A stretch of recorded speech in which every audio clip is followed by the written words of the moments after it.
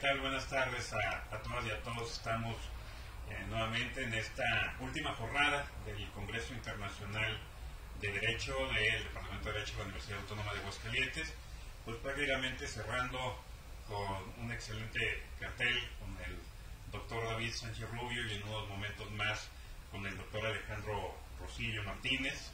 Bueno, les agradezco nuevamente a todas y a todos su presencia. Y bueno, en esta ocasión nos acompaña el doctor David Sánchez Rubio desde la Universidad de Sevilla, desde Sevilla, España. Ya algo tarde para él, le agradecemos mucho el esfuerzo y el apoyo con nosotros para charlar sobre lo que es cinismo, escepticismo y tecnocracia en torno a los derechos humanos. El doctor David Sánchez Rubio es profesor titular y director del Departamento de Filosofía y Derecho de la Facultad de Derecho de la Universidad de Sevilla. Ha sido coordinador y director en diversos cursos de maestría y doctorado en la Universidad Pablo Olavide, también en Sevilla, y la Universidad Internacional de Andalucía. Es autor de más de 90 artículos y de diversos libros sobre teoría crítica de los derechos humanos, democracia, educación y ciudadanía, migración, trata de personas y pensamiento de liberación latinoamericana.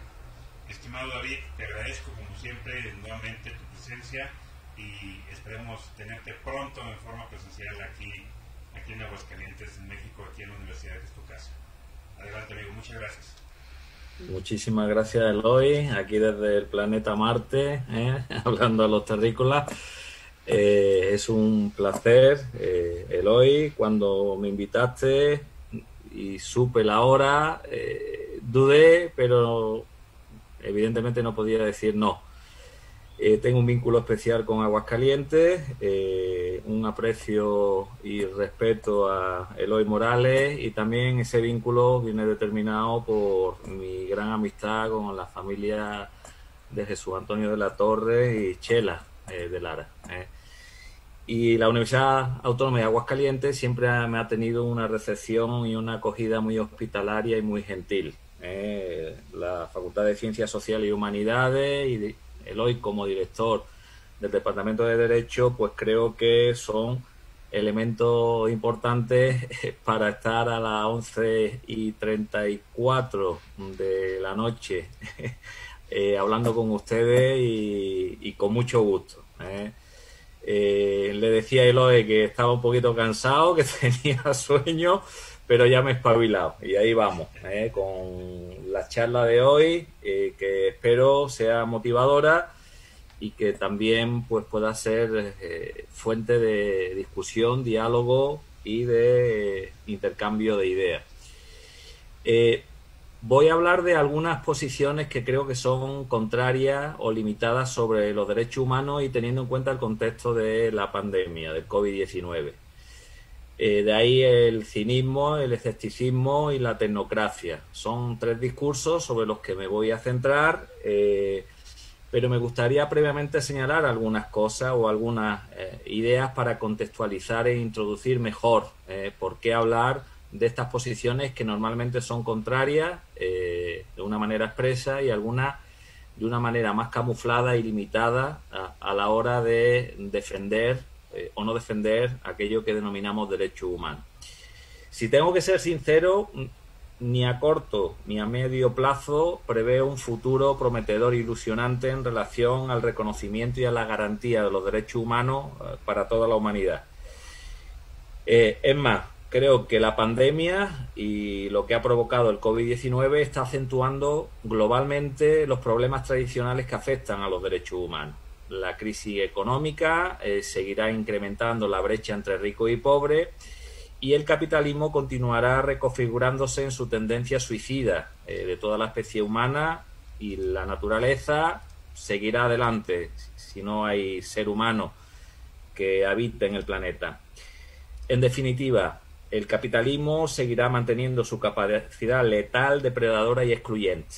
Soy pesimista, aunque siempre intento enfrentar ese pesimismo con la esperanza de que las cosas cambien, y lo dice alguien que se encuentra en una situación de privilegio, aludiendo y refiriéndome a aquellas muchas personas que no se encuentran en una situación de privilegio como yo y que viven distintos tipos de discriminación, marginación, explotación, sometimiento, inferiorización y otras cosas más.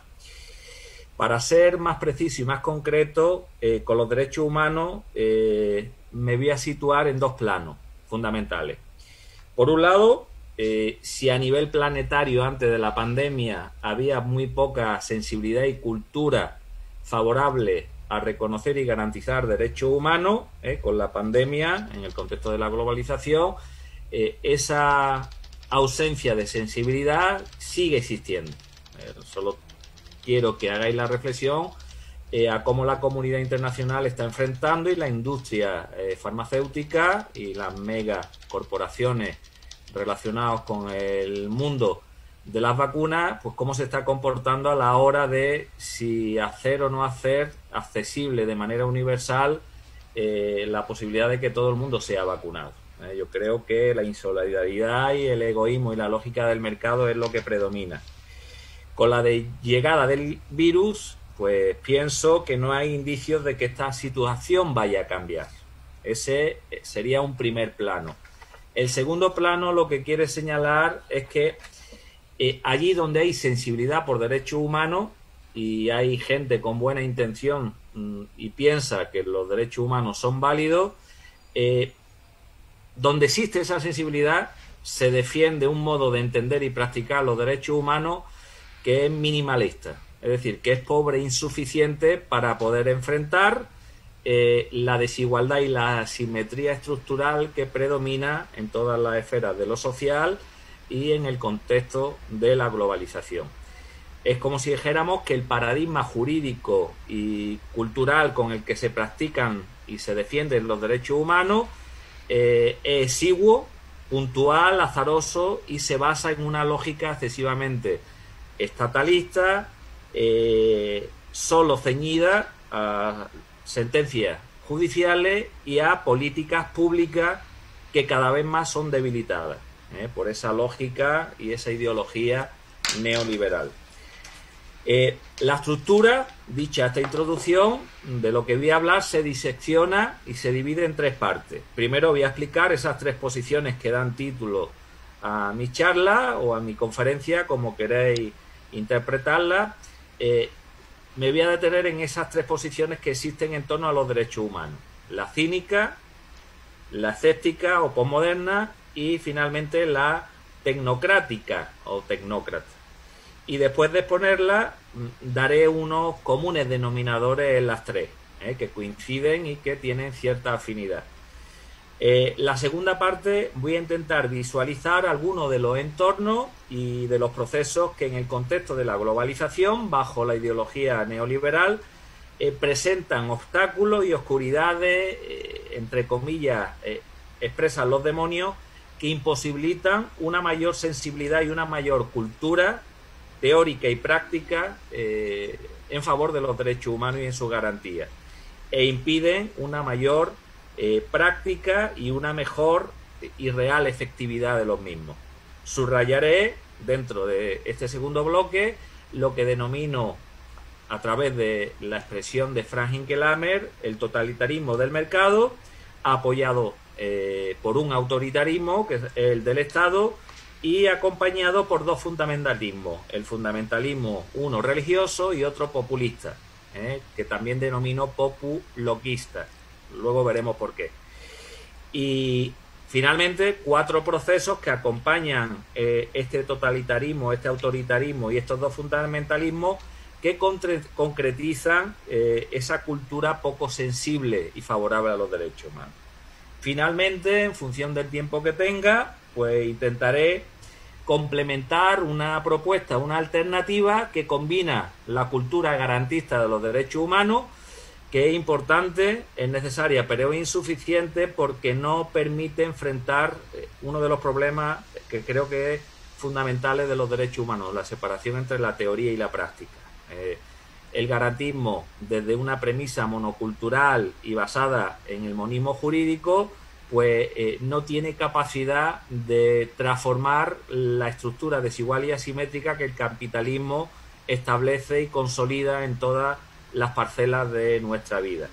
Ese garantismo lo combinaré con una propuesta multigarantista intercultural y basada en un paradigma de pluralismo jurídico. Básicamente eso es lo que pretendo exponer y que voy a desarrollar a continuación. Vamos con las tres posiciones en torno a los derechos humanos.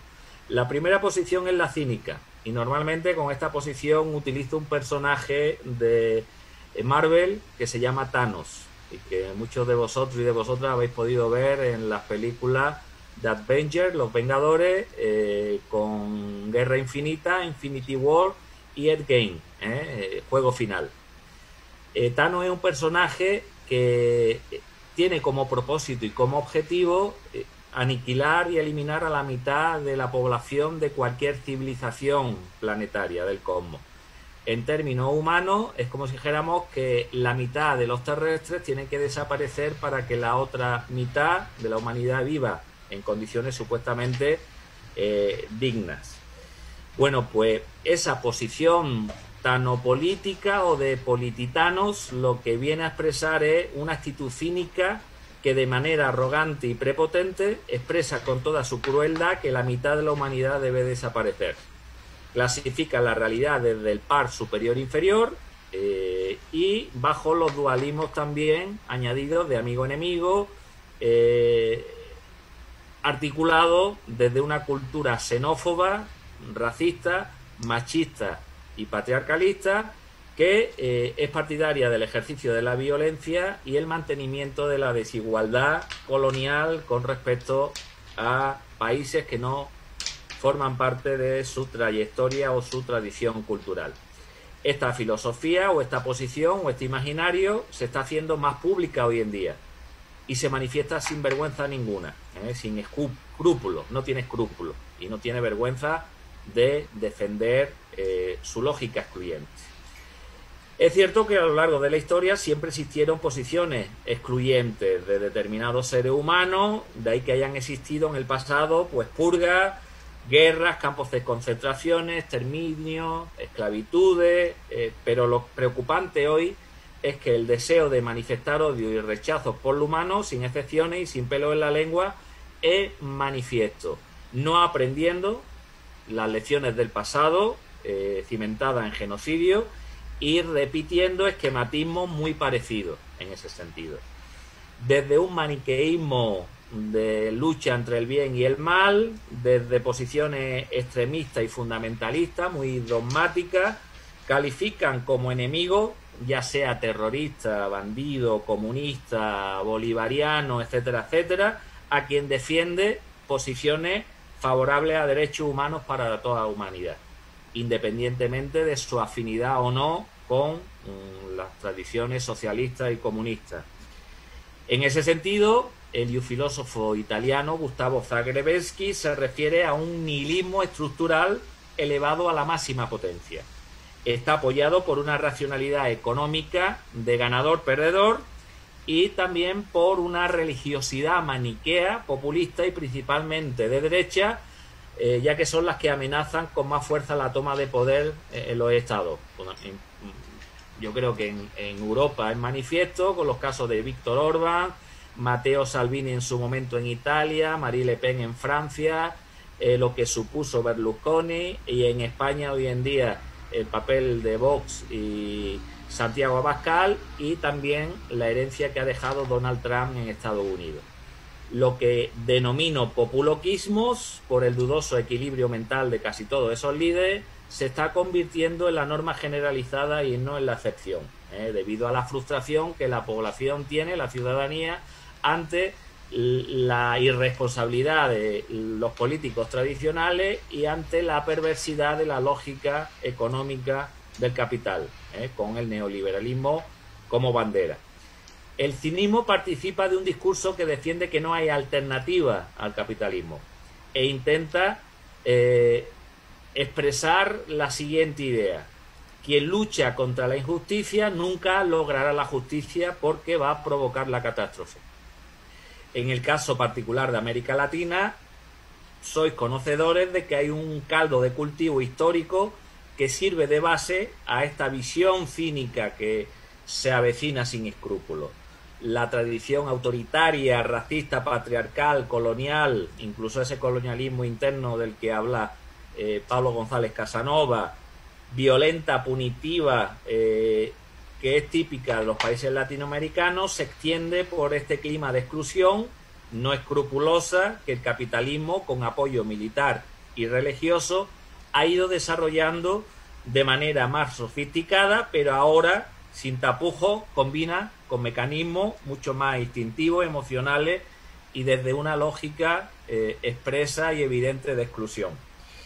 Es más, en muchos países latinoamericanos hablar de derechos humanos es hablar de cosas de bandidos, de ser privilegio de determinados delincuentes.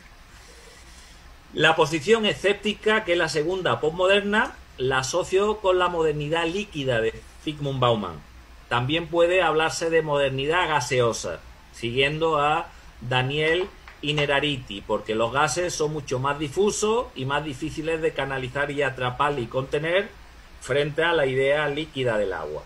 Pero tanto lo líquido como lo gaseoso lo que viene a expresar es esa crisis líquida entre personas privilegiadas del capitalismo central y del capitalismo periférico que muchos colectivos vulnerabilizados reproducen y en donde se mezcla la depresión de la gente en contextos difusos y diluidos por ser fragmentados, ser insolidarios, por ser egoístas y además por ser consumistas. Estamos rodeados de miedo y sospecha hacia el otro o hacia quien es diferente. El narcisismo de la competitividad ganadora y codiciosa se mezcla con la vanidad y un sentido de lo bello y del cultivo al cuerpo que desoxigena los cerebros por la altura, ocultando la importancia de la autoestima y la corresponsabilidad. Confundimos autoestima con vanidad o autoestima con narcisismo. El amor líquido, el miedo líquido, la cultura líquida de usar y tirar, de ficciones mentirosas e hipócritas, sufren estéticamente considerando que la solidaridad y la fraternidad son ruines, no sirven para nada. Se cultiva el antihumanismo o el pseudohumanismo elitista, marcado por los de arriba, elaborándose una crítica destructiva que arrasa con todo y que nunca, esa crítica es constructiva, siempre destruye, nunca construye. El sentimiento sensible por quienes son víctimas de un sistema desigual desaparece y la injusticia sólida de quienes sufren se ignora, naturalizando y normalizando la desigualdad, la asimetría racial, sexual, de género, de clase y de otros tipos más. La cultura de satisfecho resignado naturaliza una visión de la realidad que va a enfocar el vaso desde el lado que está siempre lleno y no lo ve nunca desde el lado que está medio vacío, porque tiene una gélida emoción hacia la barbarie. Incluso acusa despectivamente de buenismo a quienes intentan luchar por un mundo mucho más digno y mucho más justo. La tercera posición es la tecnocrática y se basa en ese sentido político de la gobernanza y es entendida como gobierno de tecnócratas que debe ser gestionado en todos los términos económicos y en una lógica de austeridad. La tecnocracia y la deudocracia, el pago de la deuda pública y sus intereses, marcan las acciones institucionales en torno a los derechos humanos, que solo se garantizan, y creo que esto es importante señalar, en función del presupuesto público que tenga un Estado y el coste económico que ello conlleva.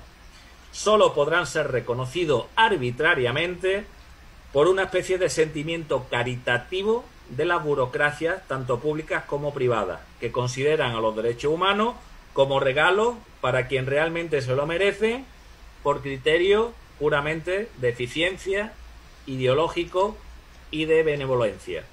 Son los técnicos, inspirados desde consideraciones financieras, especulativas y económicas, de corte crematística, quienes dan y quitan la mano, atacando y quebrando la legalidad y la normatividad de los estados constitucionales de derecho, haciendo retroceder el papel de la ley, el papel del derecho, el papel de los estados sociales de derecho y de las constituciones de corte garantista.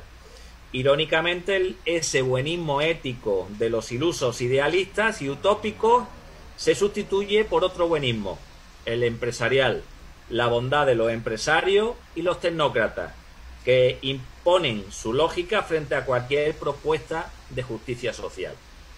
Bien, expuestas estas tres posiciones, a continuación voy a dar unos comunes denominadores que unen todas estas formas de entender la realidad vinculada con los derechos humanos y desde un punto de vista negativo, desfavorable.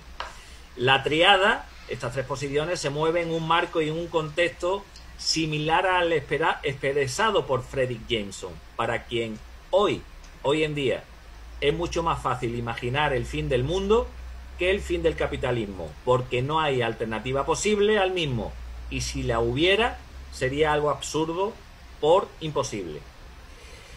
Vamos con los comunes denominadores. ¿Cuáles son? En primer lugar, las tres posiciones coinciden con una tendencia a invisibilizar las relaciones de poder. Relaciones de poder que ahora se vuelven mucho más complejas, mucho más sofisticadas y afectan a la biología, a la corporalidad, a la mente, a la cultura, a la espiritualidad y a la psique de los seres humanos y de la ciudadanía. Se combina la biopolítica o el biopoder estudiado desde el principio y luego desarrollado por otros de Michel Foucault con el psicopoder analizado por Byung-Chul Han. Pese a ser más difusa y anónima, imperceptible y localizable, oculta y difíciles de descifrar, siempre aparecen refrendadas por determinados actores o grupos oligárquicos que expanden un gobierno de élite sobre estructuras fractales de dominación establecidas verticalmente en forma de red y esparcidas interseccionalmente y heterárquicamente, utilizando dos propuestas, dos marcos de análisis del feminismo, las teorías feministas y del pensamiento decolonial, fundamentalmente con Grofogel, y que se mueven desde lógica excluyente. Gustavo Zaglebski lo explica muy bien a nivel planetario en su libro Libres Siervos. Ahora el ejercicio del poder global se diluye en un ejercicio de fuerza anónima y abstracta, despersonalizada, inexorable y no controladas por la ciudadanía. Esas fuerzas son las del mercado, las inversiones, los inversores, el equilibrio financiero, la deuda pública, el desarrollo, el crecimiento, la innovación, la tecnociencia, la competencia y la competitividad, el consumo, los bancos. Todas funcionan y operan como fantasmas que no se pueden discutir. Tal como nos indica Pablo González Casanova, refuerza un capitalismo corporativo apoyado en una combinación del paradigma científico clásico de la ciencia mecanicista con el nuevo paradigma de la nueva ciencia, en su versión militarizada, que es funcional al sistema y que excluye, elimina y externaliza todo lo que le pone en peligro. Nuevo paradigma basado en la tecnociencia, la cibernética, la teoría de los sistemas organizacionales, complejo y autorregulado, la informática, las matemáticas, la robótica, la neurociencia, la biología, la nanotecnología, la genética, etc. El modo de difundirse y expandirse se realiza por los medios de comunicación y las instituciones de investigación y las universidades subvencionadas por las megacorporaciones. El segundo común denominador se refiere también al tipo de convivencia desplegado por estas posiciones. Se fragmentan las relaciones sociales y se potencia la coexistencia, no la convivencia. Se nos aísla unos a otros como mónadas y la convivencia de reciprocidades y de la solidaridad desaparece. Predomina el recelo, el miedo, la desconfianza, el egoísmo y no la confianza, la amistad, el compromiso solidario, el compromiso fraterno, el compromiso de reconocimiento mutuo. Cada uno va a lo suyo y no muestra empatía por el semejante. Las tres posiciones, la cínica, la escéptica y la tecnocrática, fomentan el odio hacia el otro, hacia quien es diferente, y de una manera maniquea, bajo el par amigo-enemigo, como dije antes, en lo religioso, en lo ideológico, en lo cultural y en lo identitario, en lo político y en lo geográfico. Lo emocional y lo instintivamente irracional pasan a primer plano. Y además esa desconfianza por nuestros semejantes nos convierte en inquisidores de nosotros mismos. Pasamos a ser acusadores y potencialmente culpables de actos no acordes con el sistema, independientemente de que sean emancipadores y estén en favor de la justicia social para todos y en el bien común. En el marco del COVID-19 yo creo que se ha potenciado, ya venía de antes, la incorporación de las nuevas tecnologías, que tienen sus cosas positivas, tienen sus beneficios, pero tienen también sus cosas negativas y sus perjuicios. La realidad virtual y digital provoca el aislamiento y nos vuelve egoístas, bajo una aparente sensación de comunicación total a través de las redes sociales. La jerarquía y las exclusiones se incrementan, siendo cada vez mayor la brecha entre privilegiados y excluidos. Perdemos la capacidad de movilizarnos en la calle, porque todo puede hacerse desde el salón, la habitación o el cuarto de baño de nuestras casas. A los que quedan fuera del mundo digital y tecnológico se les excluye, se les ignora, se les discrimina y margina. Asimismo, nuestra intimidad queda desprotegida por la continua amenaza de invasión de nuestros datos personales, a través del llamado capitalismo de la vigilancia. Cada vez más nos vemos exponiendo virtualmente con su repercusión en el mundo real. El mercado, junto con su ciencia volcada a la obtención del máximo beneficio, es ajeno a la redistribución, a la satisfacción de las necesidades de todos los seres humanos. Solo interesa las necesidades de quienes pagan y quienes contribuyen al crecimiento suntuario de avariciosos. La figura que suelo utilizar para explicar esto es la de Sméagol o el Gollum del Señor de los Anillos. Ese mi tesoro de los capitalistas avariciosos y codiciosos que quieren acumular, y si acaso puntualmente tienen un sentido caritativo de la realidad de quien no tiene condiciones de vida digna. Otro elemento común denominador es que junto a un ataque a lo público se despolitiza la sociedad civil, por lo que hemos dicho de la gobernanza. Se privatizan las instituciones del Estado bajo el dogma de la eficiencia. Zygmunt Bauman lo explica muy bien con la pérdida del espacio del ágora griega que servía de mediación entre la Iglesia, lo público institucional, y el oikos, el ámbito de lo privado, y que considera que es la base para desarrollar la autonomía de los seres humanos. Lo público y lo privado, discutido participativamente entre la ciudadanía, se disminuye y se hace desaparecer, restringiéndose la democracia deliberativa y la democracia más participativa y presencial, reduciéndola a su mínima expresión, siendo sustituida por la eficiencracia y la deudocracia. El mundo económico, aparentemente despolitizado, termina fagocitando y canibalizando al mundo político, pasando las instituciones a ser el brazo derecho e izquierdo del mercado, anulando la capacidad instituyente de la ciudadanía. Los políticos ya no definen la política y los gobiernos dependen menos de los parlamentos y de las elecciones, puesto que se deciden en otras esferas, el mundo de los negocios y el mundo de la ley mercatoria. Se nos retira en tanto ciudadanos nuestra capacidad de significar y constituir nuestras realidades.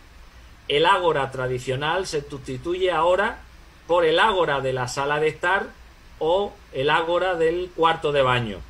Las máquinas portátiles, los computadores de las telecomunicaciones se convierten en nuestros nuevos carceleros. Y como bien denuncia Paul Preciado, la política ciudadana pasa a ser una telerepública de nuestras casas. Otro común denominador está vinculado con el ataque y la criminalización y la demonización del pensamiento crítico, principalmente aquel tipo de pensamiento, oposición y actuación que enfrenta al sistema capitalista y a su lógica de funcionamiento. Y esto está muy relacionado con los movimientos sociales. Resulta curioso percibir que el origen de los derechos humanos, históricamente, se desenvuelven por procesos de lucha.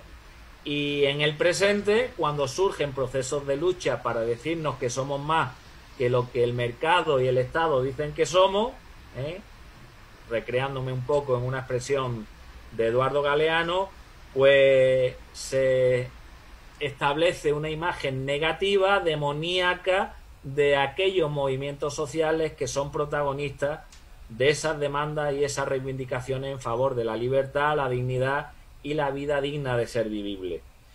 De una manera también, como otro común denominador de estas tres posiciones, de una manera estructural, se precariza el mundo del trabajo, se le vitupera como derecho y con ello la existencia de la mayoría de la humanidad no tiene condiciones de acceder a un trabajo digno. Deja de ser la dignidad el referente y pasa todo al ámbito del crecimiento económico y la acumulación desigual. Aquí yo creo que hay que destacar algo fundamental. Desde hace muchísimo tiempo, desde las posiciones de lucha contrahegemónica del capital, se perdió la batalla en el dominio del concepto del trabajo por la lógica del capital. Se estableció una situación de dependencia sobre la cual se conquistaron determinados derechos, pero la estructura desigual dominada por los dueños del capital siempre tuvieron la sartén por el mango. Además, la flexibilidad laboral se hace absolutamente dominante, acompañada con la violencia estructural de desempleo, la amenaza permanente del despido, provocando una incertidumbre de miedo que anula posibles reacciones de resistencia. Gran parte del mundo del trabajo, en el contexto del avance de la revolución digital, se traslada, en muchos casos, a quien tiene esa oportunidad a los hogares. Y ahora, para quienes realizamos gestión, impartimos docencia, investigamos y realizamos servicios varios, con el teletrabajo se diluye a pasos agigantados la separación entre la vida personal, íntima, ocio y la vida profesional y laboral. En peor situación se encuentran los más afectados por la brecha digital, así como los desempleados y quienes son despedidos, además de quienes con un salario mísero deben atender a tiempo completo las demandas de sus patrones y sus empresas, que le ordenan con prepotencia y un sentido de la autoridad y de disciplina militar ofensivamente jerarquizada, sin importar la hora y el momento del descanso o la hora de disfrute con la familia, pese a la dificultad de llegar a final de mes. Y por último, otro común denominador en términos jurídicos: si en el siglo XIX y en el siglo XX, tal como proponía Max Weber, hablaba de una jaula de hierro establecida por la ley y la burocracia, ahora nos encontramos con otra jaula de hierro que se estabiliza y refuerza por medio del sistema financiero, especulativo y el gobierno de técnicos, del que hablé antes.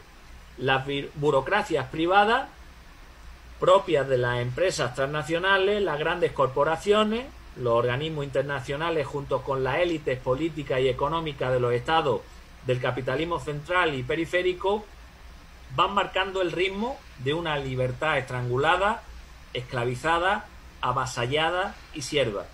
Se hace difícil que una economía de casino, cuya lógica especulativa en el mundo financiero es igual que el juego diario del póker, sea solidaria con toda la humanidad. Dicho estos comunes denominadores de las tres posiciones, voy a otro plano, a otro bloque, que son algunos de los demonios que acechan a los derechos humanos y sus procesos. El totalitarismo del mercado, el autoritarismo del Estado, dos fundamentalismos que son uno religioso y otro populista, y cuatro procesos de concretización contrario a una cultura sensible a los derechos humanos. Un primer proceso de democratización de la democracia, un segundo proceso de desconstitucionalización de los derechos humanos, un tercer proceso de mercantilización de todas las parcelas de la vida, y humana y natural, y no humana, y finalmente un cuarto proceso de la destrucción de la naturaleza. Vamos con cada uno de ellos, y ya si me voy extendiendo, pues ya me dará el toque Eloy, pero yo ya me espabilé y sigo para adelante. El filósofo y economista, teólogo tico-alemán Franz Hinkelhammer, de una manera muy sugerente, invierte el concepto político de totalitarismo como forma de poder ejercida exclusivamente por los estados y entendido como la aniquilación de la libertad y la autonomía individual de los seres humanos y sus esferas privadas por la absoluta intromisión y el control que pueden ejercer los poderes públicos y los poderes del Estado. Ahora hay un cambio y hay una diferencia. Hay un nuevo totalitarismo, que es el reproducido por los poderes anónimos del mercado, sometiendo a los poderes públicos y a los políticos a una lógica totalitaria. El ágora mencionado por Bauman se disuelve en la privatización y en la despolitización económica capitalista. Se pierde todo sentido de lo público y del bien común, tal como señalé anteriormente. Ese totalitarismo del mercado se transforma tratando al ser humano en capital humano y se le subordina como vasallo al cálculo de la utilidad y eleva al máximo el nihilismo, según Zaglebski. Fuera del mercado no existe realidad alguna. Todo debe traducirse en su lenguaje, en su lógica, en su imaginario y nada más. Siguiendo a Christian Laval y Pierre Dardot, nos encontramos con la nueva razón del mundo, que es la razón empresarial, la instituida por la competitividad. No hay un afuera más allá del mercado y no hay más allá fuera de su racionalidad. Si lo hay, se le aniquila, se le ningunea y se le anula por todos los medios disponibles. Los estados, en vez de ser una instancia de control de las perversidades del mercado, se convierten, como dije antes, en su brazo derecho y en su brazo izquierdo. Incluso brazos armados para ejecutar los mandatos que el mundo económico les ordena. No son los estados e instituciones que actúan en función de la ciudadanía, sino que a los ciudadanos y a las ciudadanas se los trata para que bajo una falsa libertad se comporten siempre siguiendo las pautas marcadas por el mercado capitalista. De ahí el incremento de la dimensión autoritaria del Estado, en tanto que se posiciona como el máximo defensor de los derechos de propiedad, de la libertad de contratación, imponiendo autoritariamente la obediencia ciega al sometimiento del sistema económico basado en el desempleo desigual y combinado. Yo creo que hoy en día podemos poner como ejemplo lo que está sucediendo en Chile y en Colombia. En este sentido, Alain Badiou habla de que el objetivo principal de los estados es salvar el capitalismo local, respetando al máximo los mecanismos del capital a nivel global. Vamos con los dos fundamentalismos. El fundamentalismo populista y el fundamentalismo religioso. Los populismos pueden ser tanto de derechas como de izquierda, pero los primeros son más excluyentes y se cimentan sobre los pares, amigo, enemigo, nosotros, ellos. Se centran en la inmigración y se muestra xenófobo, racista, machista, contra el diferente y también contra las mujeres. Esa expresión de la polititanos y del personaje de Thanos que mencioné al principio, que por cierto Thanos tiene una inspiración en el personaje, en el dios griego Thanatos, y superado por Hades, que Hades tiene ya un control mayor de la muerte. Thanatos es que representa la muerte tranquila y pacífica. El populismo de izquierda divide maniqueamente en torno al concepto de pueblo y enfrenta el mundo entre ricos y pobres, siendo un líder carismático la solución salvadora a los problemas. Curiosamente, en la actualidad, la casi dudosa lucidez de los líderes políticos de las fuerzas de extrema derecha las denomino populoquismo, por ser una versión particular del populismo caracterizado por su más que probable demencia y su manifiesta irracionalidad expresada en sus comportamientos diarios y en la toma de decisiones en el ejercicio de sus cargos. Donald Trump y Jair Bolsonaro. De todas maneras, creo que es importante decir que el populismo suele ser utilizado como un recurso perverso muy intencionado para anular y controlar y debilitar la capacidad instituyente de la ciudadanía y del pueblo como sujetos soberanos, pues parece que todo lo que tiene como propósito el atender las necesidades del pueblo y de su empoderamiento pues se le califica como despectivamente populismo. La clave está en ver si demagógicamente se utiliza la democracia para anular el poder popular, como se ha hecho recientemente en algunos gobiernos supuestamente progresistas en América Latina, y si tendenciosamente por ideología se quiere anular el protagonismo participativo y democrático de la gente. Es decir, si realmente se pretende y se defiende que el pueblo sea actor protagonista de su destino, siendo considerado o como pueblo sujeto o como pueblo sujetado, según la terminología de Félix Guattari. En el caso de América Latina hay que tener en cuenta los llamados estados de compromiso social popular y nacional, que muy bien los menciona Alejandro Medici. Son los casos particulares de Lázaro Cárdenas en México y Juan Domingo Perón en Argentina. Hay que matizar determinados populismos como otros modos de hacer política, en la expresión y en la teoría de Ernesto Laclau, que enriquece y complejiza ese modo otro de hacer política y distinto frente al modo de hacer política de los países europeos, donde los significantes flotantes ideológicos se mueven en torno a una realidad social heterogénea, movediza y fluctuante. Vamos con el fundamentalismo religioso, que no solo se expresa en términos de terrorismo islámico, contrario a la cultura occidental. Hay manifestaciones de fundamentalismo religioso en el judaísmo y en el cristianismo.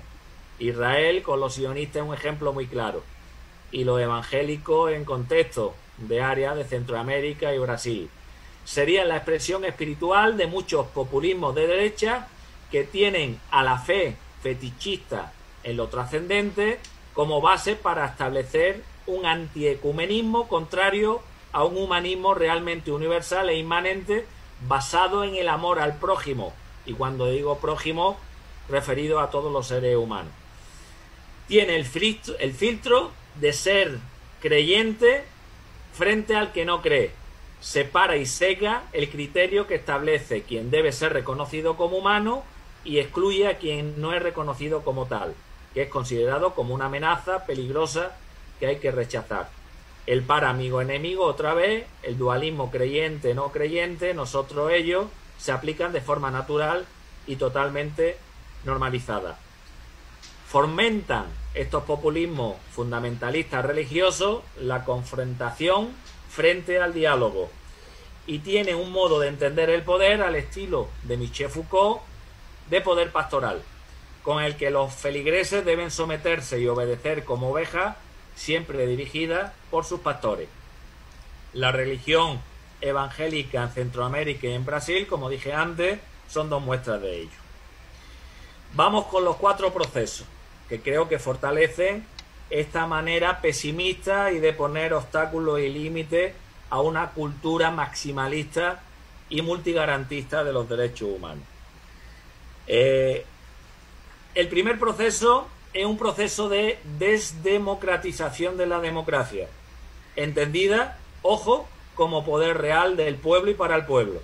Os preguntaría a todos los que estáis escuchando y a todas las que estáis escuchando, ¿en qué periodo de la historia, en América Latina, en Europa o en Estados Unidos, el poder fue alguna vez realmente del pueblo y para el pueblo?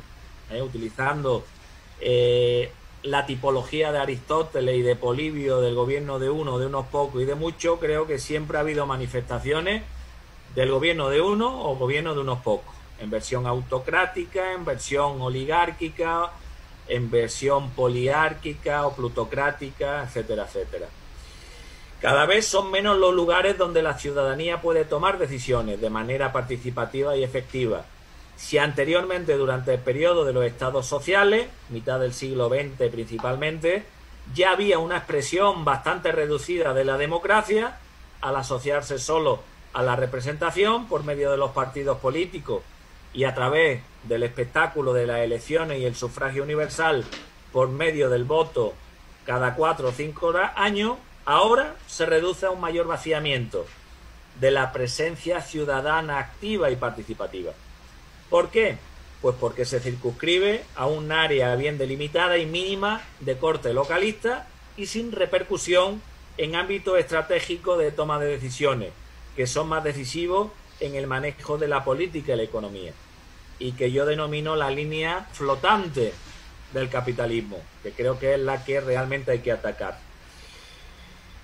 En este sentido, quienes realmente deciden son los más influyentes en el mundo bancario y financiero, tanto en el ámbito nacional, internacional y global. Son los tecnócratas, los gestores, los gobernantes con sus funcionarios, tanto de las burocracias públicas de los organismos internacionales como la Unión Europea, el FMI, el Banco Mundial y los estados nacionales del capitalismo central y periférico, como de las burocracias privadas, sistemas financieros y bancarios, así como grandes corporaciones y empresas multinacionales, que pasan a ser los reales poderes constituyentes de los sistemas políticos y sus normas. La democracia, en tanto poder del pueblo y para el pueblo, deja de ser un modo participativo de significar y defender el bien común. No responde ya al pueblo, ni a los seres humanos, sino a la lógica del mercado. El capital soberano debe ser confirmado como el poder soberano. El pueblo renuncia a su soberanía y la entrega al poder económico y financiero. La segunda tendencia se concretiza en los procesos de desconstitucionalización y descaracterización del constitucionalismo social y de los derechos fundamentales, desde los planteamientos de Luigi Ferrajoli y Gerardo Pisarello, entre otros. Se dan allí donde se consiguieron determinadas conquistas en los estados sociales y constitucionales de derecho, debilitándose esos logros como consecuencia de la centralización sustitutoria y la hegemonía de constitucionalismo de los negocios y del mercado. Se debilitan los derechos que permiten las condiciones materiales y factibles de una vida digna de ser vivida por cada ser humano. ¿En nombre de qué? Pues en nombre de la racionalidad instrumental económica del cálculo medio-fin y el pago de la deuda, vendiéndose la idea de que solo a través del libre mercado se puede llegar a un futuro y a satisfacer nuestras necesidades, muchas de ellas de corte suntuaria y basadas en deseos consumistas, valiendo la pena que millones de personas vayan cayendo en el camino y que el resto acabe endeudándose individualmente o a través de sus estados. Los sistemas financieros y bancarios crediticios se convierten en la base de nuestra identidad y subjetividad de ciudadana. Endeudarse para tener ¿qué? Para tener una vivienda, para comprar un coche, adquirir un computador o ordenador, costear las vacaciones o financiar los estudios, se convierten en nuestra filosofía de vida.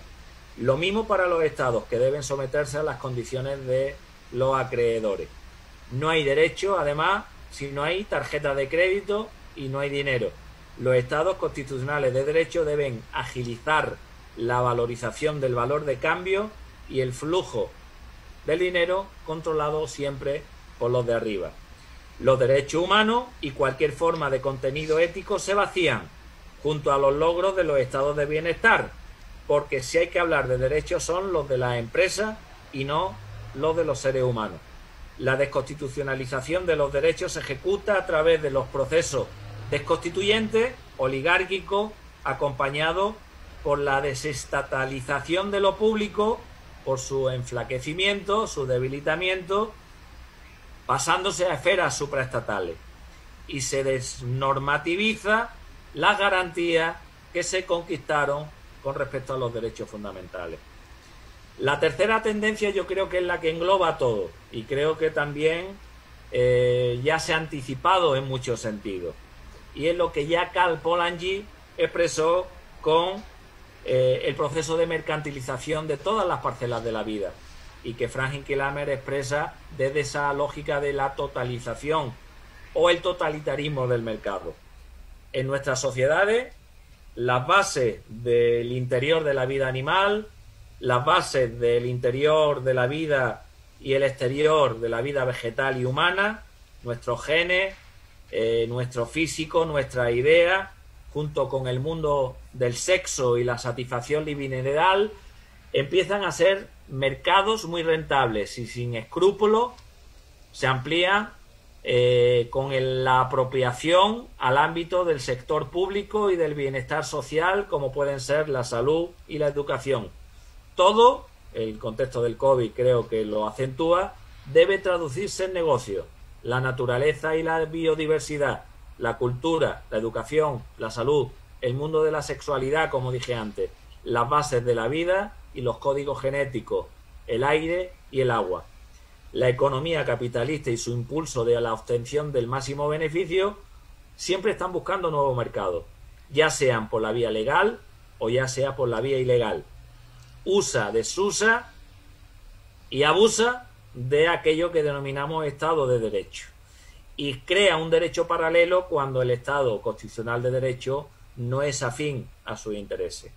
La mercantilización viene acompañada por la expansión de una nueva subjetividad contable y una racionalidad a escala mundial con la que se está generalizando la competencia como norma de conducta y la empresa como modelo de subjetivación, Laval y Dardot. Además, nos encontramos con un tipo de espiritualidad y sociabilidad basada en la rentabilidad, la competitividad, el consumo, la obtención del máximo beneficio. No caben sentimentalismo ni sensibilidades preocupadas por las condiciones de trabajo dignas ni por las condiciones de existencia dignas de ser vividas. De la misma manera, el cálculo empresarial actual se puede asimilar a lo que antiguamente se denominaba el cálculo del pirata y de guerra. Aquí estoy utilizando una idea de Frank Hinkelamer y el economista costarricense Henry Mora. ¿Por qué? Porque la lógica del capital excluye y externaliza aquellos costes que afectan a las necesidades humanas y preservan las bases naturales y existenciales del medio ambiente, de la vida ambiental y la vida laboral de los sujetos.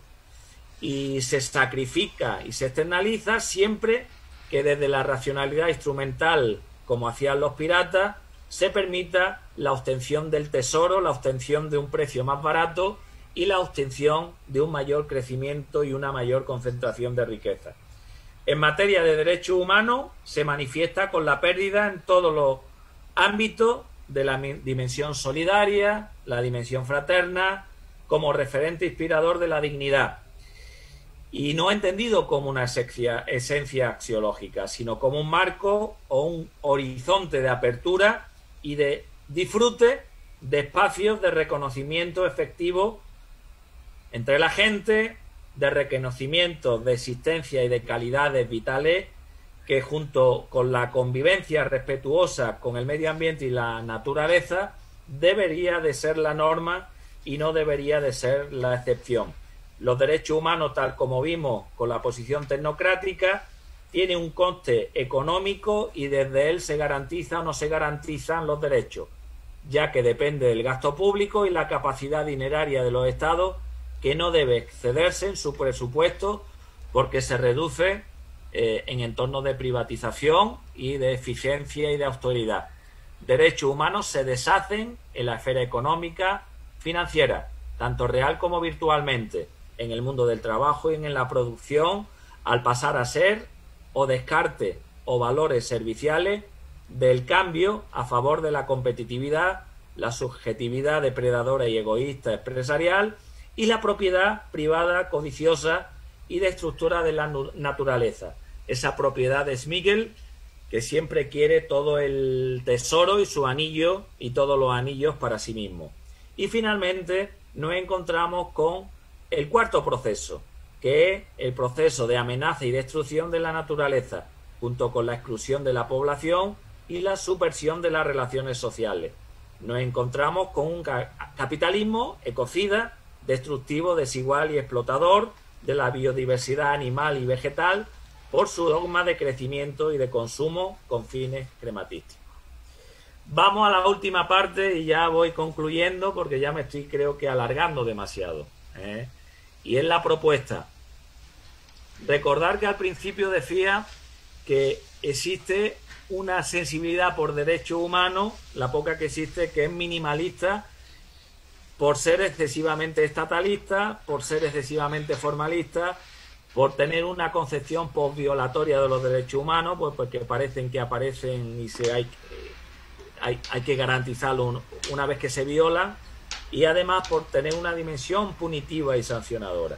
Bueno, pues esa perspectiva garantista que reduce derechos humanos a políticas públicas y a sentencias judiciales con apoyo puntual de corte voluntarista, humanitarista de determinada ONG, tiene que enfrentar la separación entre la teoría y la práctica, que yo creo que es estructural, y no tiene capacidad de enfrentar esas desigualdad y esa asimetría estructural que expresa la lógica del capitalismo.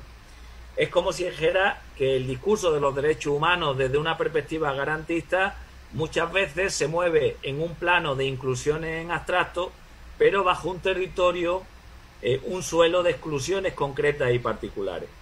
Lo que hay que intentar es que esas inclusiones abstractas, reconocidas en los textos constitucionales y en los tratados internacionales, se muevan en un territorio y un suelo de inclusiones concretas y particulares.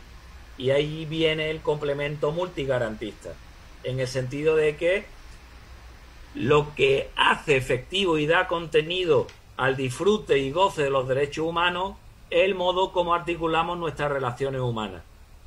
Si articulamos relaciones desde lógicas de emancipación y liberación donde todos somos tratados y tratamos a los otros como sujetos, hay mecanismos estatales y no estatales, mecanismos marcados desde una lógica pública y una lógica individual y particular, desde una forma de entender la convivencia de lo común, que se complementan. Si cada uno y cada una de nosotros no discriminamos a nadie por su condición sexual, de género, por su condición racial, por su condición de clase sociomaterial, por su condición física y psíquica o su espiritualidad religiosa, estamos participando junto con los aparatos del Estado sensibles a garantizar derechos humanos a ampliar el abanico de garantía de los mismos.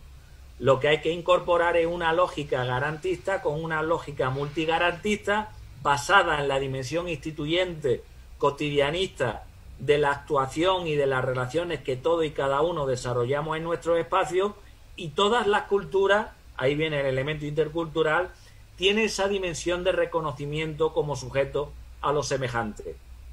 Lo que hay que criticar y cuestionar son aquellas sociabilidades con sus medios, con sus estrategias y simbologías que tratan al otro como objeto y lo discriminan, lo inferiorizan y lo marginan.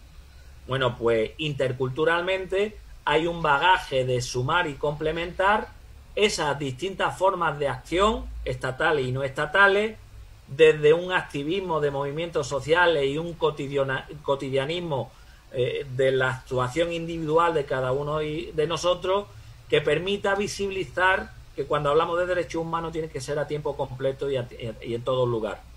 De ahí la dimensión intercultural, que se suma a una perspectiva de pluralismo jurídico, en el sentido de que tanto hay garantías del Estado para hacer efectivos los derechos humanos, pero hay garantías de comunidades y colectivos que desde su propio derecho no estatal también puede implementar reconocimiento de ser sujeto a todos los seres humanos. Ese garantismo jurídico no estatal se sumaría además del garantismo jurídico estatal a expresiones de protección y reconocimiento de la dignidad por parte de todos los sujetos, desde garantías sociales, garantías políticas, económicas, que como individuo y como colectivo podemos diseñar, implementar y activar sin necesidad de que el Estado intervenga. Si acompaña y complementa, bienvenido sea. Pero termino con la siguiente reflexión. Si hoy en día, en el contexto del capitalismo neoliberal, se reduce los ámbitos del espacio público y se enflaquece, se debilita la permanencia y la presencia de las instituciones del Estado, la gestión y la administración de justicia será mínima. No tendrá capacidad de atender todas las denuncias, todas las demandas que con respecto a las violaciones de derechos humanos se cometen todos los días en todo el mundo. Sería combinar la dimensión previolatoria de los derechos humanos con la dimensión posviolatoria. Y finalmente sería también una forma de combinar y complementar la dimensión de lo constituido y lo instituido de los derechos humanos con una dimensión instituyente y una praxis instituyente de los derechos humanos, por medio de la cual todos actuamos y con la cual todos somos sujetos protagonistas. Porque no solo violamos derechos humanos, sino también los podemos reconocer. Pero eso es otra historia de la cual ahora no voy a hablar. Muchísimas gracias y sigo con mi silencio. Muchas gracias, David. Una excelente charla. Gracias por eso. Te decía que tú te extendieras lo que quisieras, ya terminabas, te bañabas y te ibas directo a la universidad.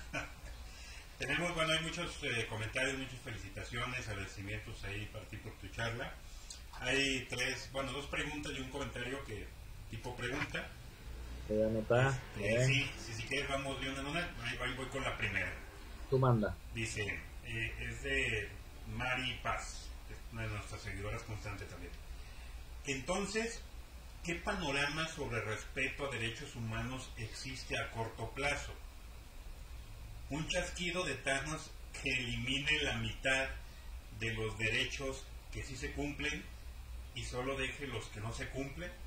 Esa es la pregunta. Prácticamente, ¿qué panorama sobre respeto a los derechos humanos existe a corto plazo?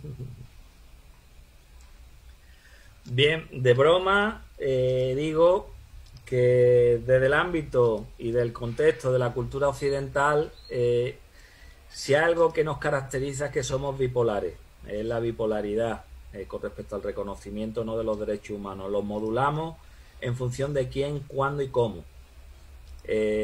En nombre de la humanidad y en nombre del reconocimiento de la dignidad de los derechos humanos, según nos interesa, en unos casos, como esa persona que tiene un problema bipolar, hay muchas versiones de la bipolaridad como problema psiquiátrico y psicológico, pero me refiero a esa persona que es buena en determinados contextos, pero luego se vuelve un animal violento en otros contextos, ¿no?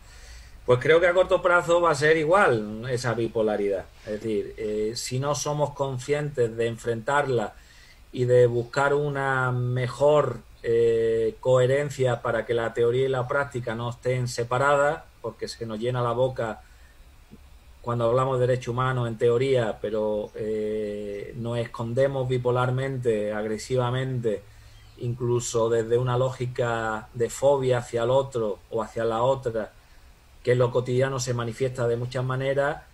Si no enfrentamos esa separación y ese dualismo, visibilizándolo, sacándolo a la luz y estableciendo muchos mecanismos de coeducación y coenseñanza, me gusta hablar siempre desde esa vía, pues a corto plazo, a medio plazo, evidentemente mal vamos.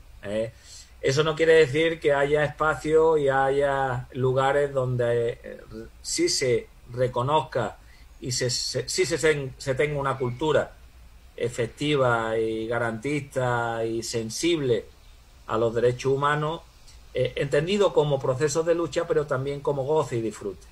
Porque creo que es muy importante destacar que los derechos humanos se desarrollan por las luchas, pero uno lucha con el objetivo y con la finalidad de tener un disfrute y un goce y una vida plena, que no sea siempre desplazada y no reconocida.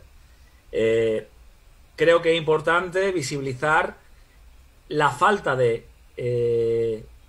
cultura por derechos humanos y también visibilizar que la poca que existe contribuye un poquito a que Thanos siga mandando sobre los superhéroes, ¿no?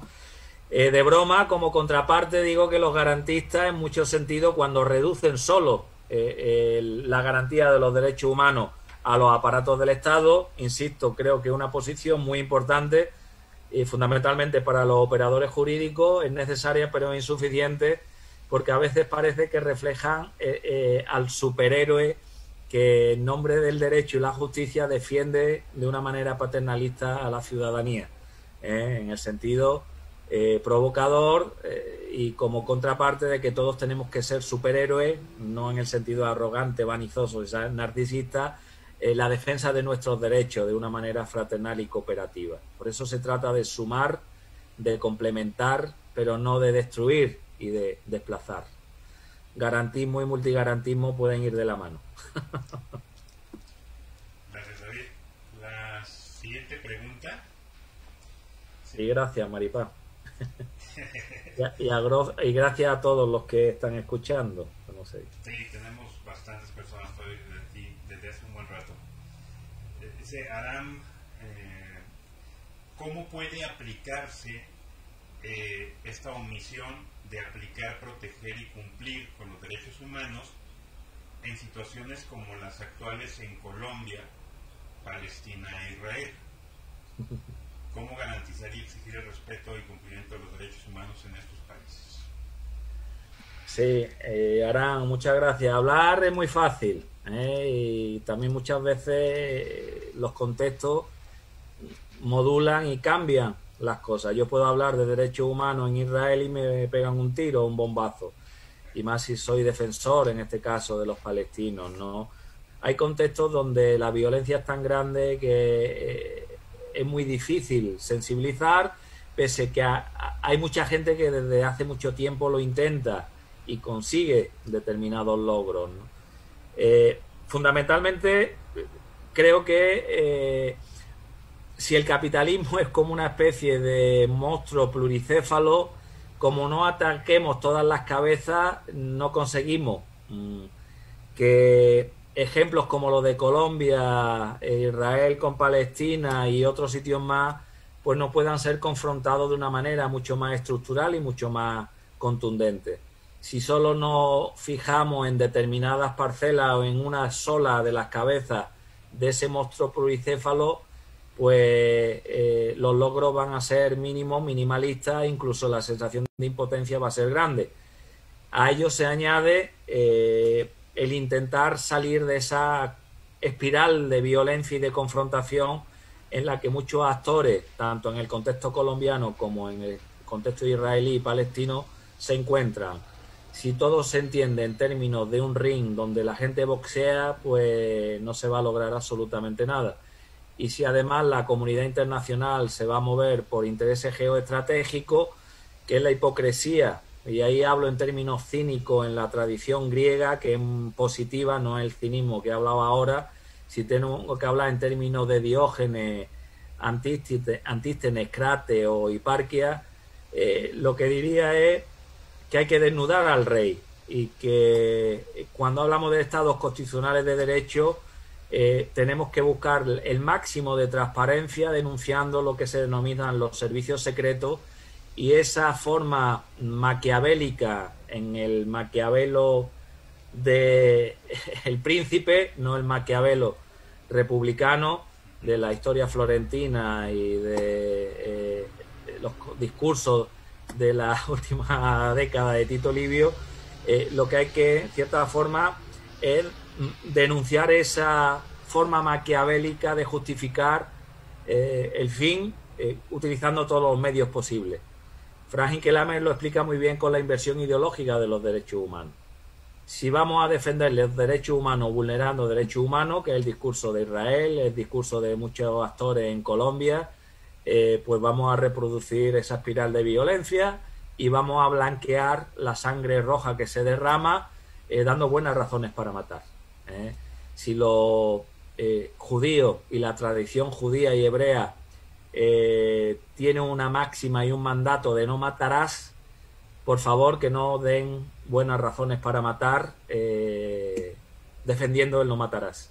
Yo creo que esa hipocresía, tanto de la comunidad internacional como de muchos de los actores que en México, Colombia, Chile, Israel, Indonesia, donde queráis, la antigua Indonesia, China, etcétera, etcétera, pues creo que hay que visibilizarlo y enfrentarlo de una manera contundente y de una manera cínica en el sentido griego antiguo, no en el sentido cínico, sin escrúpulos y xenófobo, machista y patriarcal del presente.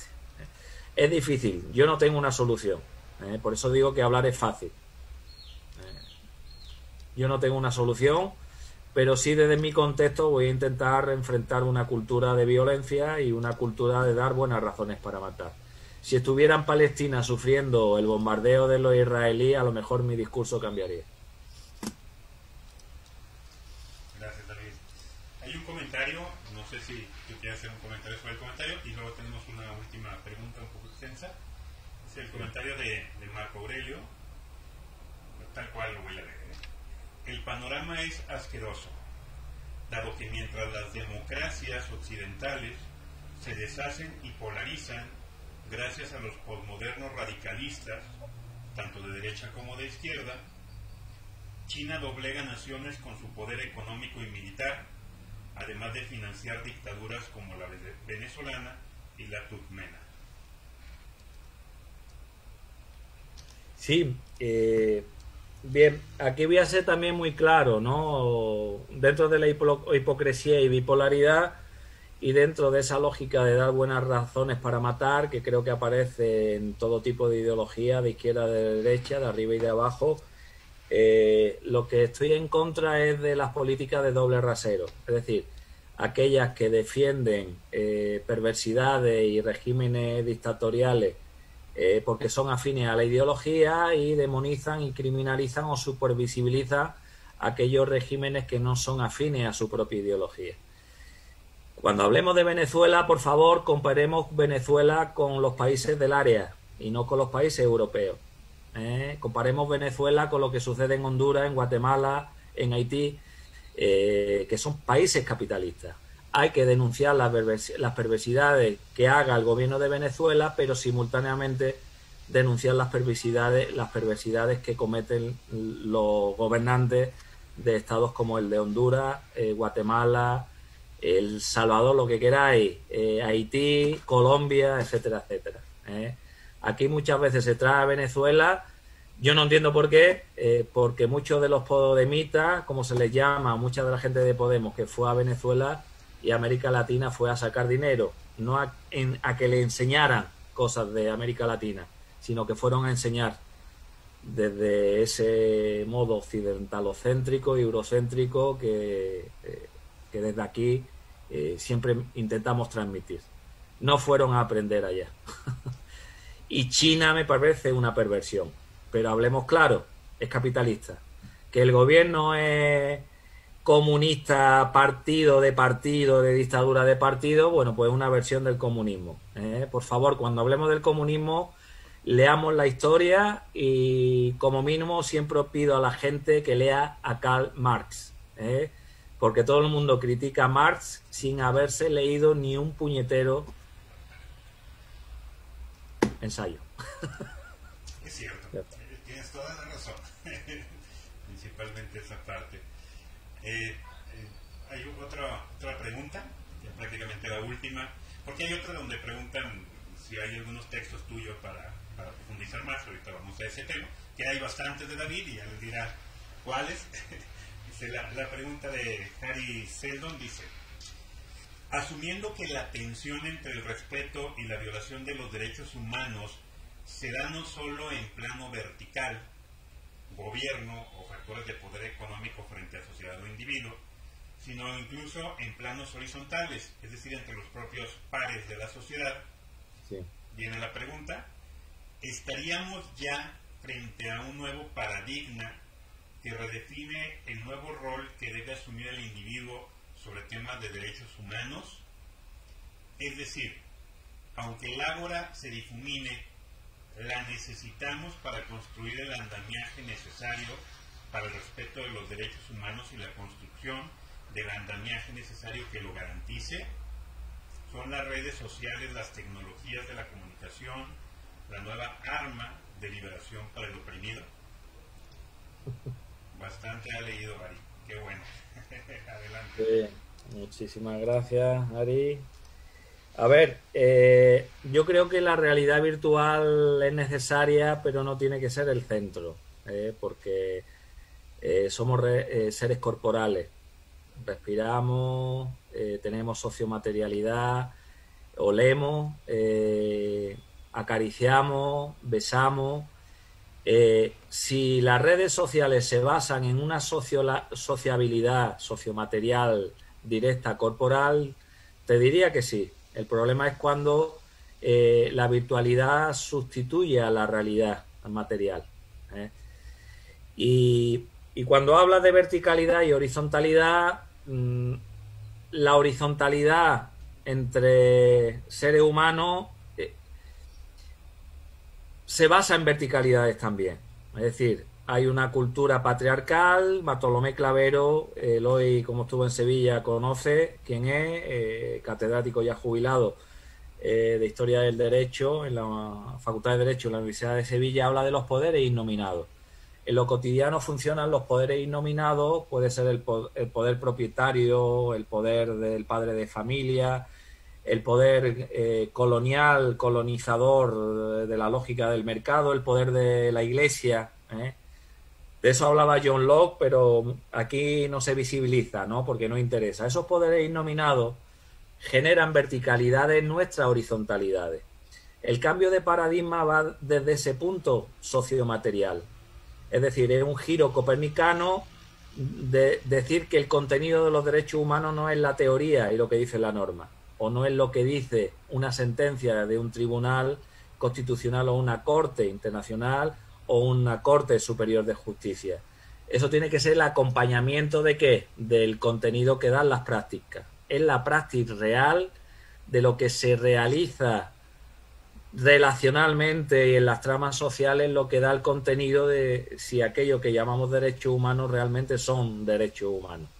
Por eso digo, como complemento y como apoyo, las teorías y las normas son fundamentales, pero no tienen que ser el foco central, sino hay que invertir la mirada en esas prácticas que realmente nos dicen en lo cotidiano, en lo horizontal y en lo vertical con respecto a las instituciones, si los medios y las acciones que se usan para reconocer la dignidad, la libertad e igualdad dan un contenido real y práctico de aquello que llamamos, nominamos e incluso objetivamos en las normas jurídicas como libertad, igualdad y dignidad. Y por eso Elio Gallardo habla de los derechos humanos a tiempo completo y a todo lugar, y derechos humanos comienzan con el desayuno y terminan hasta que nos morimos. Suelo poner el ejemplo muy bonito que puso Elio Gallardo, y ya termino, una vez en la Universidad Pablo de Olavide, que tiene su versión indígena e intercultural, que yo la tuve que complementar. Él hablaba de si preferíamos vivir del beso abstracto escrito en una novela o reflejado en una película muy bonito, y todos los días de la vida queremos perseguir ese beso perfecto con nuestro enamorado o enamorada, entre Angelina Jolie, Charlize Theron y Johnny Depp o quien queráis, ya los actores más jóvenes pues ya me pierdo. Yo me iría a Humphrey Bogart, a Ava Gardner y más gente. Preferí ese beso tan lindo y perfecto escrito en una novela o reflejado en una película, o los besos concretos particulares que cada uno y cada una de nosotros damos a nuestra pareja, a nuestro padre, madre, hermano, hermana, etcétera, etcétera. A que son más bonitos los besos concretos y particulares. Sustituir los derechos humanos por esos besos. ¿Qué preferís? ¿Los derechos humanos reflejados en un libro de una manera maravillosa, en una norma, o aquellos derechos humanos que en la práctica cotidiana y diaria hacen efectivo el goce y disfrute de una vida plena o una vida digna de ser vivida, o en términos de Judith Butler, una vida vivible? Eso es lo único que podría decir a esta hora de la noche. Va a salir una nueva teoría de un beso, pero Angelina Jolie. Muchas gracias, David. De hecho, Gil Picasso dice, te manda saludos y comenta si hay algún texto en que podamos encontrar tus ideas para ver esto con mayor profundidad. Sí, hay muchos textos. Yo no sé, en Dialnet, si veis por internet, incluso en la página de la Facultad de Derecho hay, pero sobre todo en Dialnet se pueden bajar textos en PDF.